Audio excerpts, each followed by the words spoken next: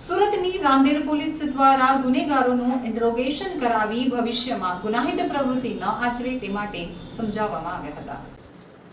અગાઉ Rander police station વિસ્તારમાં ગંભીર પ્રકારના શરીર સંબંધી તથા મિલકત સંબંધી ગુનાઓમાં પકડાયેલ આરોપીઓ ભવિષ્યમાં ગુનાહિત પ્રવૃત્તિ ન કરે અને સારા નાગરિક બનવા પ્રેરાય તે હેતુથી ઓળખ પરેડ રાખવામાં આવી હતી. તો નોંધાયેલા ટપોરી પૈકી 26 ટપોરી તથા 18 હિસ્ટ્રી શીટર એમ કુલ 44 ઇસમો હાજર રહ્યા હતા, જે તમામનું ઇન્ટ્રોગેશન ઝોન 5ના શ્રી આર.પી. બારોટ સાહેબ તથા એસીપી શ્રી કે. ડિવિઝન સુરત શહેરનાએ કરેલ હતું.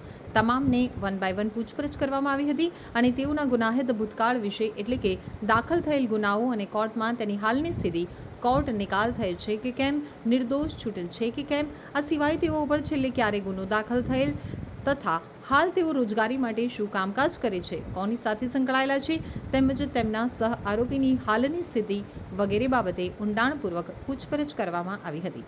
તેમજ ભવિષ્યમાં કોઈ ગુનાહિત પ્રવૃત્તિમાં જોડાય નહીં તેની તાકીદ કરી સારા નાગરિકની જેમ જીવન જીવવા અને યોગ્ય રાહે રોજગારી મેળવવા સમજાવવામાં આવ્યા હતા.